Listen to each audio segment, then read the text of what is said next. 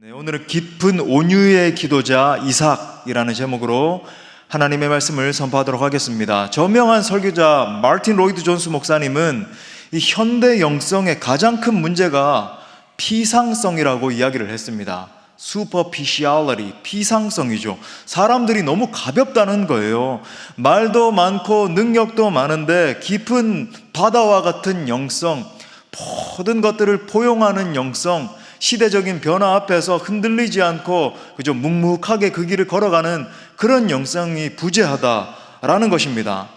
그런 의미에서 저는 오늘 본문의 주인공인 이 이삭이야말로 현대를 살아가는 우리가 배우고 본받아야 할 인물이라고 생각을 합니다. 한마디로 이삭은 기품의 사람입니다. 어떤 의미에서 그는 성경에 나오는 이 신앙의 여러 인물들 중에서도 제 생각에 제일 저평가되는 인물이 아닌가 그런 생각을 하곤 해요. 예를 들어서 창세기에 나오는 족장들 아브라함, 이삭, 야곱, 요셉이 있지 않습니까? 이 중에서 실제로 이삭을 제외한 다른 모든 인물들은 좀 이렇게 대단한 업적을 세운 것 같이 보여요. 실제 그렇습니다. 아브라함은 언약을 받고 본토 친척 아비 집을 떠나는 믿음의 행보를 보였습니다. 야곱은 장자권을 얻은 후에 엄청난 시련의 시간들을 견뎌냈지 않습니까? 또 우리가 잘 아는 요셉은 말할 것도 없이 13년 동안 정말 말할 수 없는 수모와 고난을 통과한 다음에 하나님이 그를 드시니까 애굽의 총리가 되고 이스라엘 온 백성들을 구원하는 놀라운 역사를 일으키잖아요. 자, 이들과 비교해서 이삭을 생각을 해보면 여러분 어떤 일을 했나요? 뭔가 딱히 떠오르는 것도 없고 뭔가 내세울 것 같은 그죠? 내세울 만한 스토리가 없는 것처럼 그렇게 보이기도 해요. 하지만 저는 이삭이 성경이 가리키는 최고의 영성을 소유한 사람 중에 한 명이라고 생각을 합니다. 왜냐하면 그는 깊은 온유함의 영성을 지닌 사람이었기 때문에 그렇습니다. 그런 의미에서 이 피상성으로 점철되는 오늘날의 이 그리스도인들이 정말 깊이 숙고해보고 배워야 하는 영성가가 저는 바로 이삭이라고 생각을 합니다. 자, 오늘 말씀을 통해서 우리를 더 깊은 영성의 자리로 초대하시는 하나님의 음성을 들을 수 있기를 바랍니다. 그래서 정말 너무나 가볍기 짝이 없는, 그죠? 어떤 철학자가 이야기했나요? 정말 가볍기 짝이 없는 이 세상의 조류를 극복하고 이삭이 지닌 깊은 온유의 영성을 소유할 수 있는 모든 지체들 될 수 있기를 간절히 축복합니다. 자, 첫 번째는요, 이 이삭의 영성의 핵심은 깊은 온유입니다. 우리 한번 따라 합시다. 이삭의 영성의 핵심은 깊은 온유이다. 여러분, 이 성경의 스토리들을 가만히 읽어보면은 이삭은 어쩌면은 이제 다른 신앙인들과 비교를 해서 아까도 언급드렸지만 좀 뒤떨어진 것 같은 그런 신앙인으로 비춰질 수도 있습니다. 그런데 하나님이 자기 자신을 계시하시면서 계속해서 뭐라고 말씀하십니까? 나는 아브라함의 하나님, 이삭의 하나님, 야곱의 하나님이라고 그렇게 말씀을 하시잖아요. 소위 하나님과의 이 거대한 언약 관계에 있어서 이 핵심적인 인물 중에 하나가 이삭이라고 말을 하고 있는 거예요. 과연 어떤 이유 때문에 그럴 수 있었는가라는 거죠. 그것은 바로 이삭이 보여준 바다와 같이 깊어서 잘 요동하지 않는, 그죠? 어떤 상황과 환경 가운데서도 늘 한결같은 마음으로 꾸준히 그 길을 걸어가는 이 온유의, 깊은 온유의 영성 때문에 그렇습니다. 자, 바로 오늘 이 본문이 그런 이삭의 영성을 잘 보여주는 본문이에요. 자, 한 번씩 보겠습니다. 먼저 오늘 읽진 않았지만 오늘 본문의 배경이 어떻게 되냐면 창세기 26장 1절 이렇게 보니까 이렇게 말합니다. 아브라함 때에 첫 흉년이 들었더니 그 땅에 또 흉년이 들매 이삭이 그랄로 가서 블레셋 왕 아비멜렉에게 이르렀다. 지금 아브라함 때부터 이어진 극심한 흉년 때문에 이삭이 어디로 갔냐면 해변에 위치한 이 블레셋 땅, 이 그랄 땅으로 가서 살게 됐다라고 하는 거예요. 이스라엘 지형을 보면 그죠? 이스라엘이 있고 이제 해변가가 요 블레셋 땅이거든요. 글로 갔다는 겁니다. 여러분, 생존을 위해서 남의 나라로 가서 산다. 그것도 여러분 블레셋은 어떤 곳입니까? 이스라엘의 대적이고, 그죠? 원수와 같은 그런 지역 아니겠어요? 대대로 사탄의 어떤 지역으로 상징되는 그런 블레셋 땅 아니겠습니까? 그런 곳에 가서 산다라고 하는 것은 굉장히 힘든 일이죠. 단순히 여러분 이민자의 삶을 살아가는 것도 진짜 쉬운 일이 아니거든요. 이민자들의 삶을 보면 정말 억척같고 소외됨도 많이 당하고, 그리고 끊임없이 고국을 그리워하고, 그런 게 이민자의 삶이거든요. 그런데 여러분, 이삭은 그 땅에서도 하나님을 예배하면서 성실히 일해서 놀라운 결실을 맺게 되죠. 자, 오늘 12절 13절에 보니까 이삭이 그 땅에서 농사하여 그 해에 100배나 얻었고 여호와께서 복을 주심으로 그 사람이 창대하고 왕성하여 마침내 뭐가 됐다? 거부가 됐다. 여러분, 이 시대 사람들이 전부 다 바라고 있는 마침내 거부가 됐다. 막 거부가 될지어다 하면 막 아멘 막 그러고, 그렇죠? 여러분, 여기서 거부라고 할 때 쓰인 단어가 이 가달이라고 하는 단어를 쓰고 있는데, 이것은 내 힘과 능으로 부자가 됐다 이런 의미가 아니에요. 하나님의 힘과 하나님의 도우심으로 말미암아 실제 부자가 됐다라고 하는 것을 뜻하는 말입니다. 자, 그런데 제가 지금 막 부자가 됐다, 할렐루야, 하나님의 은혜가 함께하면 부자가 됩니다, 지금 이거 말씀드리려고 하는 게 아니라, 여러분, 그죠? 부함에도 처할 수 있고 또 약함에도 처할 수 있고, 그게 여러분 신앙의 길인데, 자, 그런데 그 결과 어떤 일이 일어났는가 한번 보세요. 오히려 그가 받은 축복 때문에 주변에 있는 사람들이 일어나서 시기하고 질투하면서 더 큰 어려움을 겪게 돼요. 자, 14절 15절에 보니까 이렇게 말합니다. 양과 소가 때를 이루고 종이 심이 많으므로, 지금 막 강성하게 돼가지고 종들도 많고, 그죠? 아주 막 강자가 됐습니다. 블레셋 사람이 뭘 했대요? 그를 시기하여 그 아버지 아브라함 때 그 아버지의 종들이 판 모든 우물을 다 막고 흙으로 메웠더라. 여러분, 당시에 이 고대 근동 당시에 우물을 갖다가 흙으로 막고 메웠다라고 하는 게 무슨 의미인가? 이거 살지 말라는 거예요. 죽음을 의미합니다. 지금도 여러분 팔레스타인 땅 그러면은 물이 많을까요? 적을까요? 물이 없어요. 뭐 이렇게 성지순례 가보면 사해가 있잖아요. 얼마나 물 공급이 없으면은 그 조그만 물이 이렇게 모여드는 그 사해 지역에 물이 너무 적으니까, 흘러가는 것이 없으니까 소금기가 그렇게 많아서 사람들이 둥둥 뜰 정도로, 하물며 여러분 일반 평지들에는 어떨까요? 우물이 생명이었거든요. 근데 그 생명 줄기를 갖다가 다 막아버리는 그런 일을 하게 된 겁니다. 때때로 사랑하는 여러분, 우리가 하나님의 이 축복의 길, 하나님이 우리의 삶을 열어주시고 이렇게 번성케 하시는 그 길을 걸어갈 때에 그 이유 하나 때문에 주변의 시기와 질투와 조롱을 다 감내해야 되는 것을 경험할 수 있다라고 하는 거예요. 이것이 여러분 신앙생활을 할 때 우리가 겪게 되는 실제 삶입니다. 자, 그뿐만이 아니라 심지어 그 땅의 왕까지 나와가지고 이삭에게 그 땅을 떠나라고 지금 촉구를 하고 있어요. 16절에 보니까 아비멜렉이 이삭에게 이르되 내가 우리보다 크게 강성한 즉 우리를 떠나라.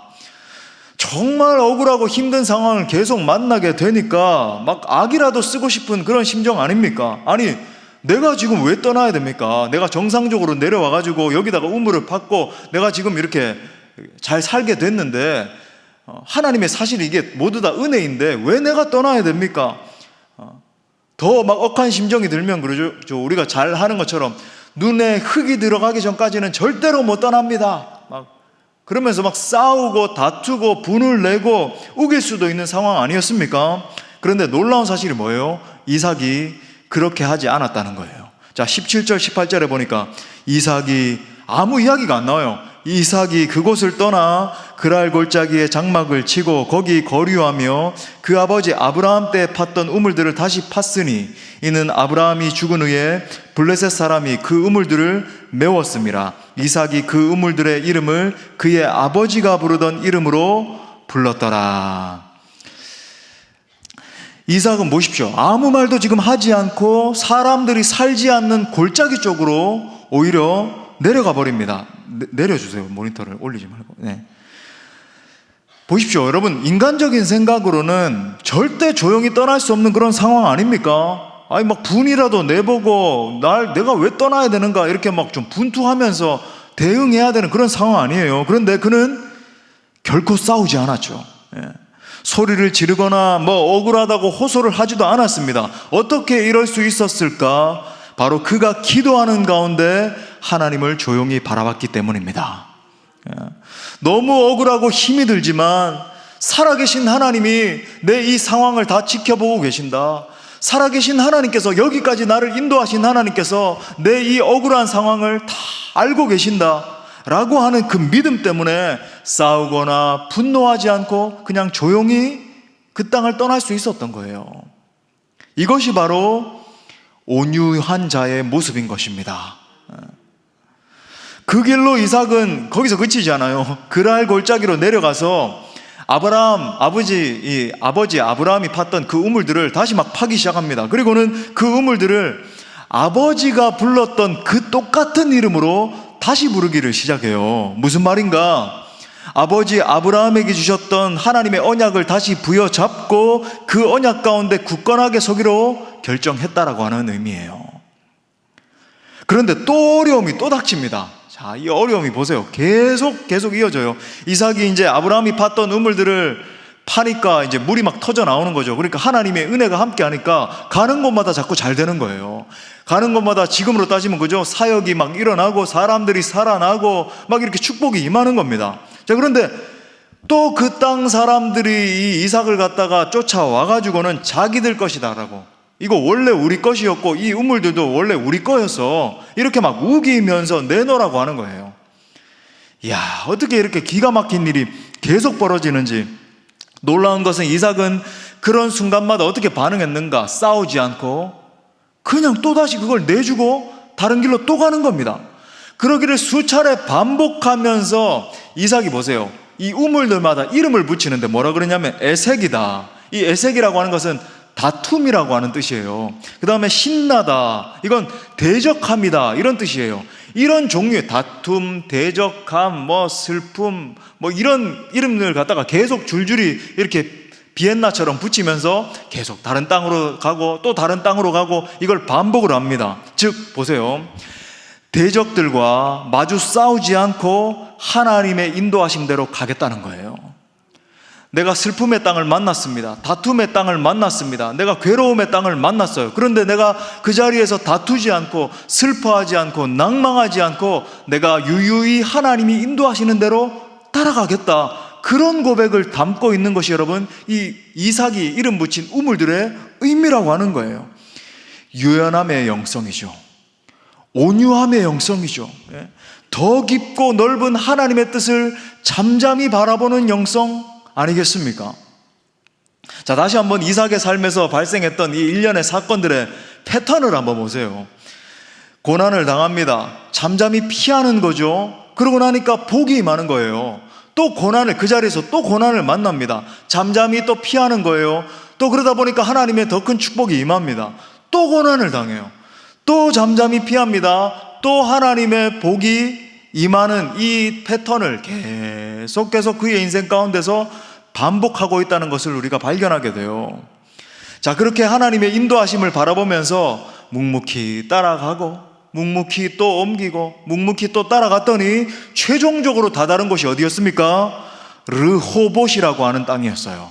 여러분, 이 르호봇의 이름은 넓은 곳이라는 뜻입니다. 무슨 말인가? 그것은 물이 많고 광활한 땅이었다라고 하는 거예요. 더 이상 대적들의 공격이 없는 곳, 평안함과 안전함으로 살 수 있는 곳, 정말 그죠? 안정감을 가지고 살아계신 하나님을 예배하면서 그 하나님을 바라볼 수 있는 곳에 당도했다라고 하는 말입니다. 자, 이 모든 전체 상황을 지켜보면서 여러분 어떤 감정이 드십니까? 우리 같으면은 정말 상한 마음이 들지 않겠어요? 아니, 억울해가지고 내가 대체 이렇게 어떻게 살 수 있나, 이런 상황을 계속 만나는데 어떻게 내가 이 힘겹게 일궈 놓은 땅을 갖다가 가만히 내버려두고 아무 말도 하지 않고 항변도 하지 않고 그렇게 떠날 수 있는가? 이 억울한 상황, 나 같으면 절대로 이렇게 감당 못해, 그런 생각이 들잖아요. 그런데 여러분, 이삭은 그렇게 하지 않았습니다. 그의 내면 깊은 곳에는 내가 하나님 앞에서 싸우지 않고 정말로 내 삶을 인도하시는 그 하나님의 뜻만 잠잠히 바라보겠습니다 라고 하는 굳은 결의가 있었던 거예요. 사랑하는 여러분, 이것이 바로 이삭이 축복의 사람이 될 수 있었던 결정적인 이유입니다.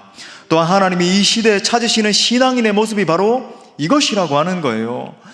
내 성공과 내 야망을 위해서라면 뭐 어떤 대가도 감내하면서 일을 막 부득부득 가는, 그죠? 막 그런 막 깡다구가 있는 강한, 그죠? 내 자아가 막 불뚝불뚝 막 올라오는 그런 사람이 아니라 하나님이 인도하시는 대로, 주님, 저는 없습니다. 제가 살려주신 것만 해도 주님의 은혜이고, 제가 묵묵히 하나님이 인도하심 따라서 그렇게 따라가겠습니다. 그런 기품의 사람을 하나님이 찾고 계시는 것입니다.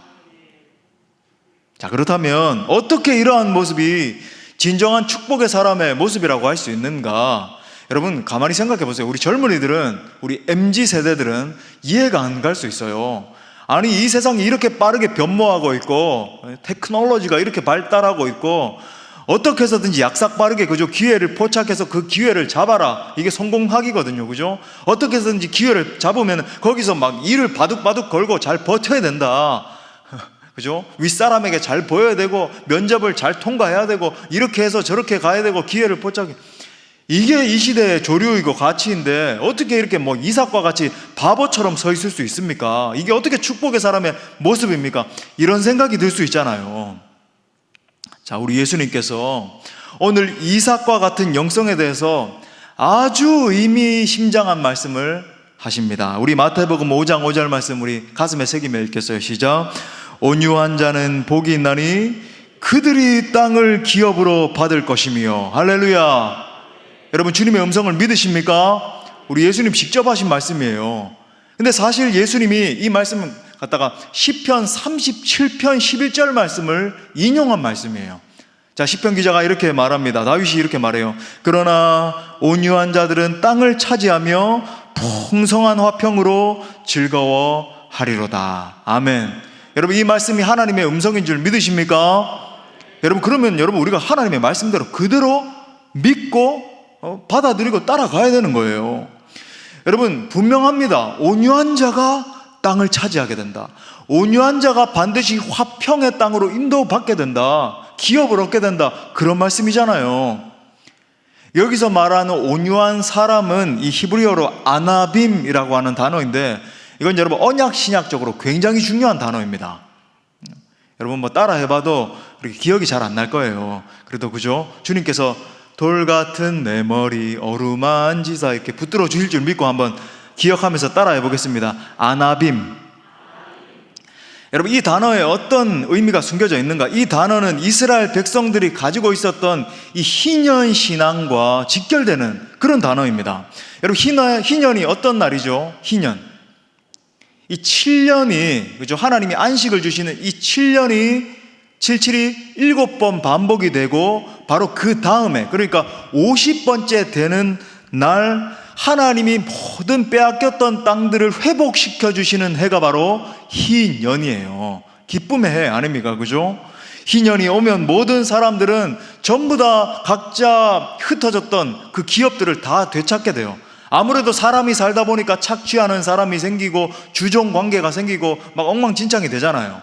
그러니까 50년이 되기만 하면, 그죠? 이 모든 것들이 다 회복되게 되고 하나님의 축복이 임하는 겁니다. 하나님이 처음 주셨던 기업 그대로 돌아가서 빼앗겼던 것들을 회복하는 날.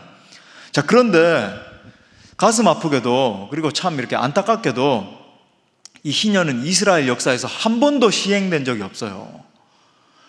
아니, 하나님이 직접 제정하시고 말씀하신 이 축복의 해이고 날인데 한 번도 어떻게 시행되지 않을 수가 있는가? 실제 그렇습니다. 현실적으로 불가능했기 때문이죠. 왜?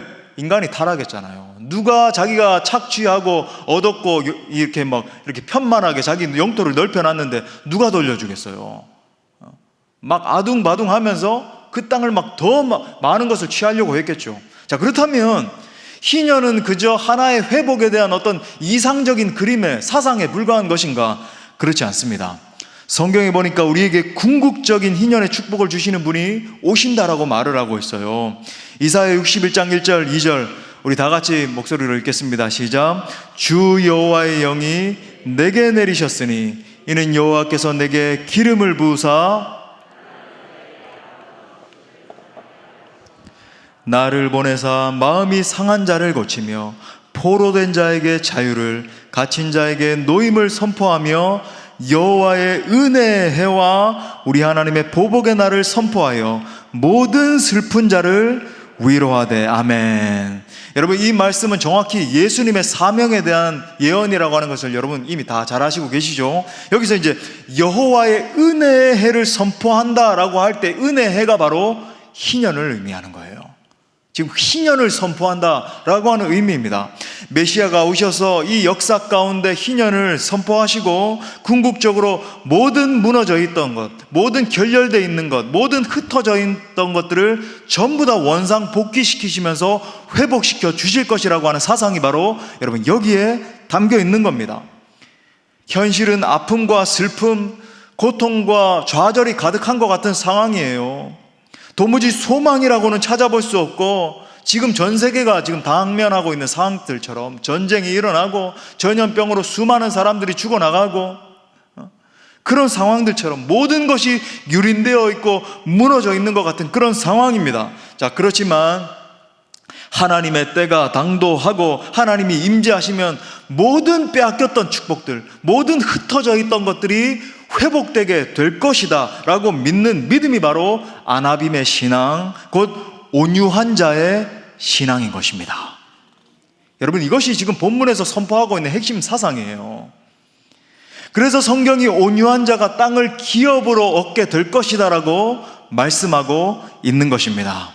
여러분, 반드시 기억하십시오. 분투하고 싸우고 다투면 땅을 빼앗기게 됩니다. 내 자아대로, 내 생각대로, 그죠? 내 혈기대로 그렇게 살아가게 되면 반드시 여러분 하나님 축복이 임했다가도 그 축복이 다 빼앗기게 돼요. 하지만 반대로 잠잠히 하나님의 섭리를 바라보는 온유한 자, 그죠? 겸손한 마음으로 엎드려서 오직 하나님의 인도하심 따라서 한 걸음 한 걸음 따라가는 그 온유한 자에게 하나님은 땅을 기업으로 주시는 분이십니다. 이 온유함의 신앙에 대해서 하나님이 과연 어떻게 응답하시는가, 하나님 어떤 축복을 주시는가, 다윗도 이렇게 선포를 하고 있어요. 시편 37편 5절부터 7절 제가 선포하겠습니다. 내 길을 여호와께 맡기라. 그를 의지하면 어떻게 된대요? 그가 이루신다. 내 의를 빛같이 나타내시며 내 공의를 정오의 빛같이 하시리로다. 여호와 앞에 잠잠하고 참고 기다리라. 여러분, 지금 이게 이삭의 영성 아니에요? 그죠? 한마디로 정의하죠. 잠잠하고 참고 기다리라. 자기 길이 형통하며 악한 꾀를 이루는 자 때문에 불평하지 말지어다. 얼마나 놀라운 신앙입니까? 우리 모두가 정말 하나님 바라보면서, 그죠? 야, 놀라워요. 어떤 상황 속에서 잠잠히 하나님 바라보고 끝까지 하나님의 인도하심을 신뢰하면서 걸어가는 그 신앙. 저도 사실 이 말씀을 준비하면서 이 신앙을 사모하게 되는 거예요. 주님이요, 저도 그죠? 때때로 그렇게 반응하지 못할 때가 많이 있으니까 주님, 저도 이삭과 같은 그런 영성을 소유하기를 원합니다.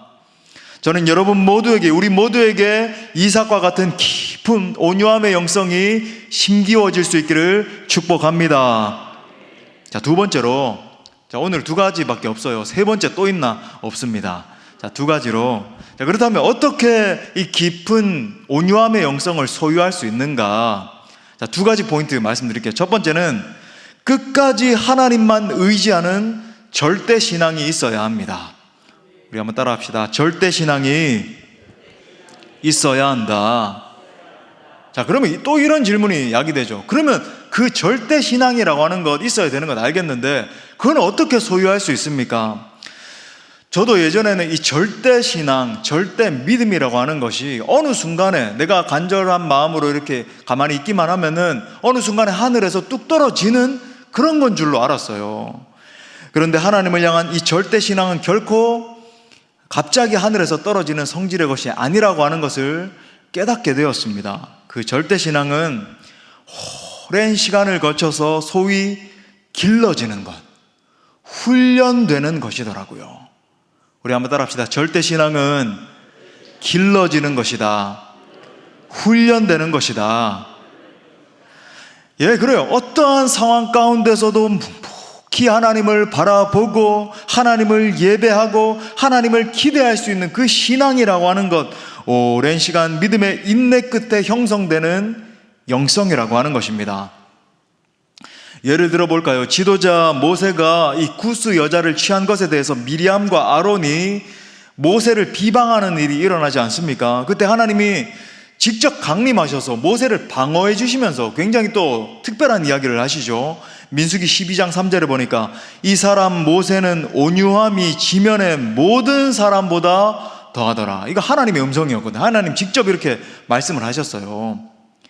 자, 하나님께서 지금까지 모세가 지도자로서 걸어왔던 모든 시간들을 평가해 보시니까 모세가 내 앞에서 참으로 온유한 사람이더라, 참으로 깊은 사람이더라, 어떤 상황 가운데서도 온유함으로 반응하는 사람이더라 라는 말씀이에요. 그러니 지도자 모세가 한 선택에 대해서 절대 비방을 한다든지 대적하지 말라라고 하는 하나님의 방어의 그런 말씀입니다. 이 일로 미리암이 문둥병에 걸려서 그죠? 진영 밖으로 쫓겨나게 된 그 일은 우리가 너무 잘 알잖아요. 그 다음에 미리암이 등장해서 다시 쓰임받았다라고 하는 게 등장하지 않지 않잖아요. 그런데 여기서 드는 의문이 뭐냐면 모세가 원래 이토록 온유한 사람이었는가라는 점입니다. 그렇지 않죠. 우리 잘 아는 것처럼 원래 모세는 이 이집트의 왕자로 자라면서 아주 자의식이 높은 그런 사람 아니었겠습니까? 당연하죠. 평범하게 그냥 사랑만 받고 자라고 이런 정도도 아니고 완전히 이집트의 권세 가운데 이 왕자로서 자라서 자의식이 대단하고 성격도 아주 급하고 그죠? 약간 불같은 면도 있고 카리스마적이고 자기의 능력을 과신하고 있고 이런 인물이었어요. 지금 대통령의 아들, 지금 대통령의 아들로 자라는 건 자존감이 굉장히 떨어질 것 같아요. 이 시대는 이제 바뀌었습니다, 시대가. 근데 여러분 비교도 안 되고 당시 고대 근동의 강자의 아들로 자란다라고 하는 거, 이건 대단한 거죠.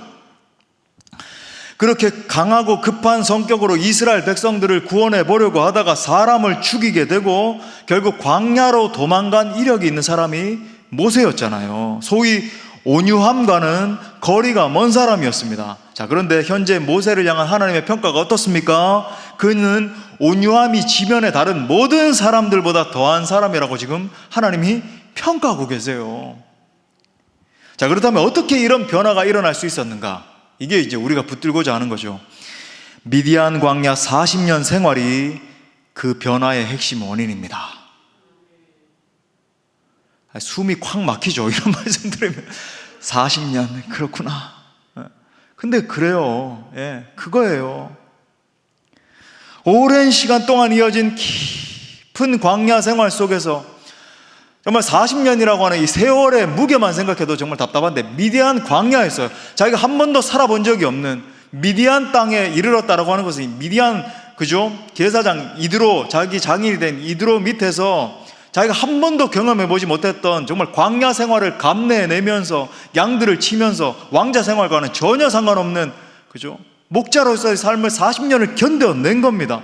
그 생활 속에서 그는 깎이고 또 깎이고 그죠? 자기 열기가 또 올라 치면은 그게 또 깎여지고 자기 못난 모습이 또 드러날라 치면 그게 또 깎여졌던 거예요. 중요한 것은 그가 깊이 다듬어져서 온유하고 겸손한 사람이 되었을 때 하나님이 그를 드셔서 이스라엘의 구원 역사를 위해서 사용해 주셨다라고 하는 것입니다. 오늘 말씀으로 적용하자면 모세가 온유함의 영성이죠. 그죠? 정말 깊은 온유함의 영성을 소유하게 되었을 때 이스라엘을 이끄는 민족의 지도자로서의 이 기업을 얻게 됐고 그의 사역을 끝까지 성공적으로 수행할 수 있었던 것입니다. 사랑하는 여러분, 하나님은 지금도 어떤 사람을 찾고 계시는가? 깊은 광야 속에서 깎이고 또 깎여서 온유함으로 준비된 사람을 찾고 계십니다. 세상은 능력이 출중하고 세상의 어떤 스펙에 의해서 대단한 사람, 그런 사람을 찾을지 몰라도 그죠? 그저 하나님께서 어떤 말씀을 하시더라도 아멘, 예 주님 그렇습니다, 제가 주님의 음성에 순종하기를 원합니다, 그런 순종의 종을 찾고 계시는 거예요. 그 사람에게 성령과 능력으로 기름 부으시고 그 사람을 통해서 당신의 뜻을 이루어 가십니다. 자, 두 번째 어떻게 해야 되는가? 깊은 예배와 기도 가운데 하나님의 음성을 들을 수 있는 영적 실력을 키워야 합니다. 우리 길지만 한번 따라해요. 깊은 예배와 기도 가운데 하나님의 음성을 들을 수 있는 영적 실력을 쌓아야 한다. 예, 그래요. 지금 이삭이 그랄에 내려갔을 때 하나님이 이삭에게 아브라함의 언약을 다시 한 번 더 말씀을 하세요. 그리고 이삭의 삶에 어려움이 닥칠 때마다 하나님이 계속해서 반복적으로 그 이삭에게 언약의 말씀을 상기시켜 주십니다. 자, 또 거기에 대한 반응으로 이삭이 어떻게 반응하는가, 무엇을 행했는가? 그가 가는 곳마다 하나님의 언약을 생각하면서 우물을 파요. 계속 우물을 파고 또 가는 곳마다 또 우물을 파고. 여러분, 이게 무슨 말인가? 이건 예배하고 기도했다라고 하는 것을 의미하는 거예요. 결국 이삭의 온유함의 영성의 근원이 무엇이었는가? 예배하고 기도하는 가운데 하나님을 깊이 경험하는 것이었습니다. 기도하는 가운데 하나님의 언약의 말씀을 다시 들었고, 찬송하고 예배하는 가운데 다시 그 언약을 붙들고 성취할 용기를 얻었던 거예요. 특별히 이삭이 기도하고 예배할 때 어떤 태도를 견지했는지를 우리가 추측해 볼 수 있겠죠. 이삭의 영성의 핵심인 온유함이 그의 기도의 모습에도 아마 반영되어 있었을 것입니다. 여러분, 우리는 어떻습니까? 기도를 해도, 찬송을 해도 막 내 것만 구하고, 그죠? 하나님 이거 내놓으시고 저거 내놓으시고, 이게 필요하고 이게 문제고 저게 문제고, 예수님 이름으로 기도합니다, 아멘, 안녕히 계세요, 막 일어나고.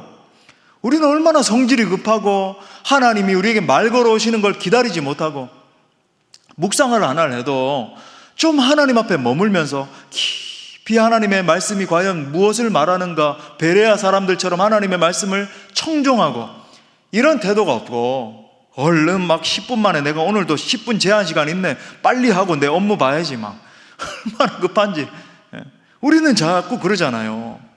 하지만 보십시오, 그는 계속해서 하나님의 음성에 잠잠히 귀를 기울이고 또 그 음성에 마음을 다해서 즉각 순종했던 거예요. 여러분, 그런 의미에서 우리는 깊은 기도를 사모하고 추구해야 될 줄 믿습니다. 더 깊은 하나님의 임재에 사로잡혀서 성령 하나님과 교통하고 또 성령의 그 깊은 음성을 듣고 그 음성에 따라 순종하는 믿음을 배워야 된다는 거예요. 성경에 보면 하나님의 음성을 듣는 것이 신앙인들에게 핵심 사항임을 강조하고 있습니다. 사무엘상 15장 22절, 우리 잠도 깨울 겸 더 큰 목소리로 한번 읽어보겠습니다. 시작. 사무엘이 이르되 여호와께서 번제와 다른 제사를 그의 목소리를 청종하는 것을 좋아하심같이 좋아하시겠나이까? 순종이 제사보다 낫고 듣는 것이 수장의 기름보다 나으니. 무엇이? 듣는 것이 수장의 기름보다 더 낫다는 거예요. 놀라운 것은 하나님은 하나님의 음성에 귀를 기울일 줄 몰랐던 사울 왕을 패하시고 하나님의 말씀을 청종할 줄 아는 다윗을 왕으로 세우셨습니다. 그런 다윗의 경청의 능력은 언제부터 길러진 것인가? 그는 아버지의 양떼를 치던 목동 시절부터 하나님의 음성에 경청하는 법을 배웠어요. 고요한 유대 광야에서 하나님을 하프를 경험하면서, 그죠? 지금은 하프를 어떻게 켜는가? 하나의 가격이 2억인데 그 당시에는 훨씬 쌌습니다. 그래서 목동 다윗이 직접 뭐 만들었겠죠. 동물 이렇게 막 피를 갖다가 벗겨내서 하프를 만들어서 여호와는 나의 목자시니 내가 부족함이 없으리로다. 그가 나를 푸른 초장에 누이시며 쉴만한 물가로 인도하시는도다. 찬양하고 기도하고 하나님의 음성을 듣는 법을 그 광야에서 배웠던 거예요. 그 덕분에 그가 이스라엘의 지도자가 되었을 때에도 하나님의 음성을 듣고 그 음성대로 백성을 이끌어갈 수 있었던 것입니다. 여러분, 경청한다라고 하는 것은 사랑한다라고 하는 거예요. 신학자 폴 틸리가 사랑의 첫째 의무는 듣는 것이다, 이렇게 말을 했습니다. 여러분, 사랑한다는 것은 듣는 거예요. 저는 여러분이 하나님을 뜨겁게 사랑할 수 있기를 바랍니다. 동시에 그 사랑의 마음을 통해서 하나님의 음성에 귀를 기울이고, 여러분, 우리가 너무 사랑하면 그 사랑하는 사람의 음성에 귀를 기울이게 되잖아요. 그 사람의 말이 내게 크게 들리잖아요. 큰 영향을 미치잖아요. 그죠? 그것처럼 우리가 하나님을 사랑할 때 하나님의 음성을 듣게 되는 거죠. 또한 여러분 더 나아가 금성에 순종하는 믿음의 종들 될 수 있기를 축복합니다. 여러분 기쁨을 추구하십시오. 피상성이 아니라 깊은 순종의 사람, 온유의 사람, 깊이 하나님의 음성에 귀를 기울이는 사람이 되십시오. 누가 이 세대를 치유하고 회복할 수 있을까? 누가 하나님의 능하신 팔에 붙들림 받아서 진정으로 이 세대를 개혁시키는 리더로 설 수 있을까? 사람들 앞에 화려하고 대단한 자가 아니라 기쁨의 영성을 소유한 자입니다. 그것은 오직 깊은 광야를 통과할 때 생기는 마치 어떤 영적인 근육과 같은 거죠. 그 속에서 기도와 예배를 통해서 하나님의 음성을 청종하는 영성을 훈련하는 것이 중요한 거예요. 하나님은 그런 자에게 땅을 기업으로 주시고 그런 리더를 사용하셔서 자신의 목적을 달성하실 것입니다. 말씀의 결론을 맺겠습니다. 우리 하나님은 아브라함의 하나님, 이삭의 하나님, 야곱의 하나님이세요. 이삭에게 큰 축복을 내리셨던 하나님은 오늘날 우리에게도 동일한 원리로 역사하십니다. 이삭이 그렇게 큰 축복의 사람으로 설 수 있었던 비결이 무엇인가? 바로 그의 깊은 온유함의 영성 때문이었죠. 어떠한 상황 가운데서도 묵묵히 하나님의 뜻을 바라보면서 하나님의 인도하심을 따라갔던 거죠. 그런데 놀라운 사실이 무엇인지 아십니까? 이것이 바로 우리 예수님의 영성의 특징이라고 하는 사실이에요. 십자가 영성이죠. 십자가를 참으신 주님의 영성이죠. 이사야서 53장 7절, 우리 이것도 다 같이 읽어요. 시작. 그가 곤욕을 당하여 괴로울 때에도 그의 입을 열지 아니하였으며 마치 도수장으로 끌려가는 어린 양과 털 깎는 자 앞에서 잠잠한 양같이 그의 입을 열지 아니하였도다. 아멘. 예수님은 자신을 때리는 자들 앞에서 화내고 대응할 수 있는 모든 권리를 포기하셨습니다. 심지어 예수님은 십자가에 못 박히는 그 순간에도 다시 내려올 수 있는 힘과 권세를 가지고 있었음에도 불구하고 그 모든 권세를 완전히 다 포기하셨어요. 바로 하나님의 영광 때문이고 우리를 건지시고자 하는 그 폭포수와 같은 사랑 때문이었죠. 이것이 바로 오늘 이삭이 보여준 온유함의 영성인 것입니다. 온유함으로 십자가를 참으신 우리 예수님 때문에 바로 저와 여러분이 이 자리에서 그 주님을 부르고 있는 줄 믿습니다. 바라기는 우리도 깊이 기도하고 예배하는 가운데 오늘 이삭과 같이 깊은 온유함의 영성을 길러서 진정으로 하나님의 뜻을 이루어 드리는 그런 모든 믿음의 종들로 설 수 있기를 간절히 축원합니다. 우리 말씀을 주신 하나님께 영광의 박수 올려드리겠습니다. 우리 함께 뜨겁게 찬양하고 기도합시다.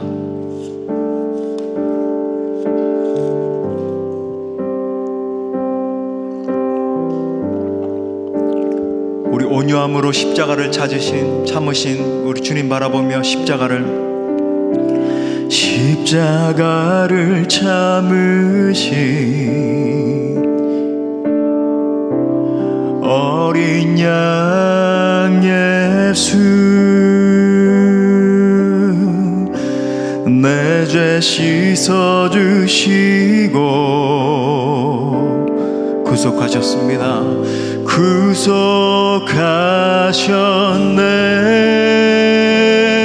구속하셨네. 어둠을 물리치신 세상의 빛 예수, 세상의 빛 예수, 영광의 빛 비추사 자유케 하시네. 자유케 하시네. 예수, 예수, 하나님의 완전한 사랑. 예수, 하나님의 값없는 은혜. 예수, 하나님의 놀라운 지혜. 아름다운 그 이름 예수. 한 번 더. 십자가를 참으신 어린 양 예수, 어린 양 예수. 내 죄 씻어주시고 내 죄 씻어주시고 구속하셨습니다. 구속하셨네. 어둠을 물리치신 세상의 빛 예수, 세상의 빛 예수, 영광의 빛 비추사 우리를 자유케 하십니다. 자유케 하시네. 예수 하나님의 완전한 사랑, 예수 하나님의 값없는 은혜, 예수 하나님의 놀라운 지혜, 아름다운 그 이름 예수, 예수 하나님의 완전한 사랑, 예수 하나님의 값없는 은혜, 예수 하나님의 놀라운 지혜, 아름다운 그 이름 예수. 약할 때 강함 대신에 고백합시다. 약할 때 강함 대신에 나의 보배가 되신 주 나의 모든 것, 주 안에 있는 보물을 나는 포기할 수 없네. 주 나의 모든, 우리 온유한 예수님을 선포합시다. 예수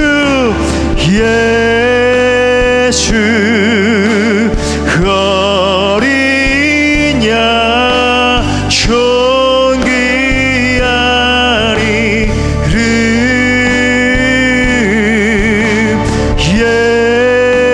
예수 어린 양 존귀한 이름. 그 온유함으로 십자가 지셨습니다. 십자가 죄 사셨네. 주님의 이름 찬양해. 주 나의 모든, 나도 예수님의 영상을 본받기를 원해요. 쓰러진 나를 세우고 나의 빈잔을 채우네. 고백해요. 주 나의 두 손을 높이 들고 주님 앞에 예수 하나님의 어린 양 존귀한 이름, 예수 어린 양, 예수 존귀한 어린 양, 존귀한 예수 어린 양. 할렐루야. 예수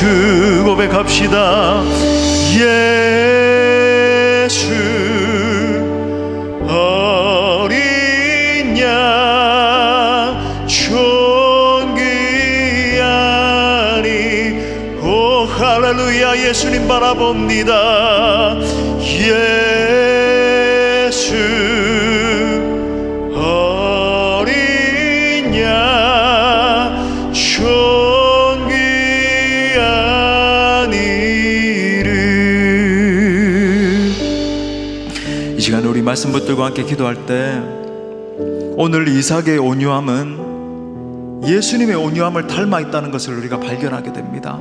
예수님께서 온유함으로 참으셨기 때문에 우리가 죄와 사망에서 구원받을 수 있었던 거예요.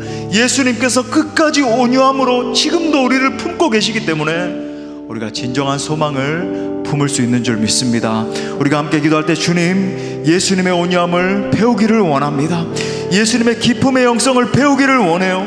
내 안에 있는 분노와 시기와 질투와 헛된 욕망들이 성령의 능력으로 태워지게 하여 주옵소서. 예수님의 성품을 닮아 온유함으로 하나님의 길을 끝까지 걸어가는 진정한 믿음의 종 되게 하여 주옵소서. 우리 다 함께 주님 찾습니다. 주여